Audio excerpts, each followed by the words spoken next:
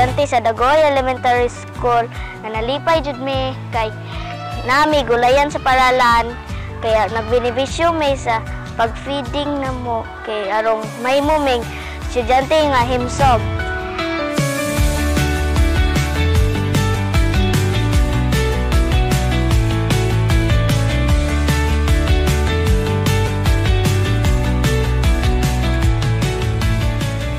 Welcome to Dagohoy Elementary School.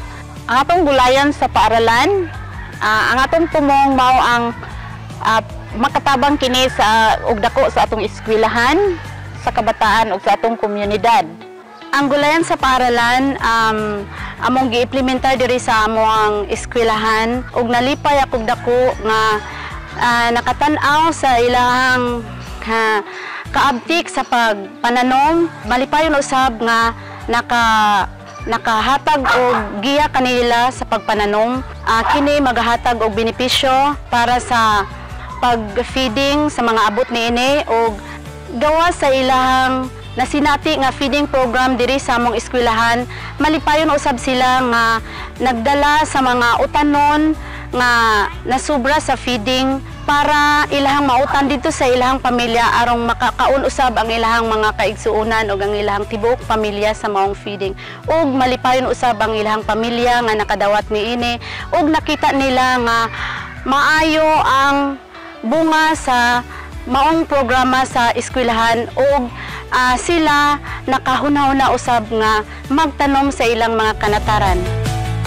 Daghang salamat sa tanan nga mga nakatabang sa pagpalambo niining maong gulayan sa paaralan. Good morning, ako si Asjanel Bibambe, ang estudyante sa Dagohoy Elementary School nga nalipay jud mi kay nami gulayan sa paaralan kaya nagbinibisyo mi sa pag-feeding na mo kay arong may muming estudyante nga himsog.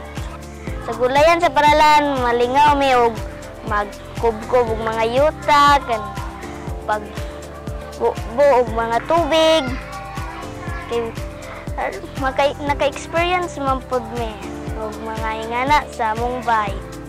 Lingaw mi sa mga banding na mo kay kung mauman mi gan kay magstoryahanay mi duwa-duwa mi ana. Gapasalamat ko sa among mga teachers kay pangtabangan mi kung saan pag tanom kay dako jud ni katabang namo kay arong makatanom pud mi sa amoa.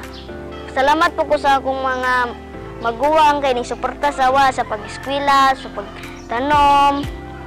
Kaya kanunay ra mo silang nagsuporta sa akin.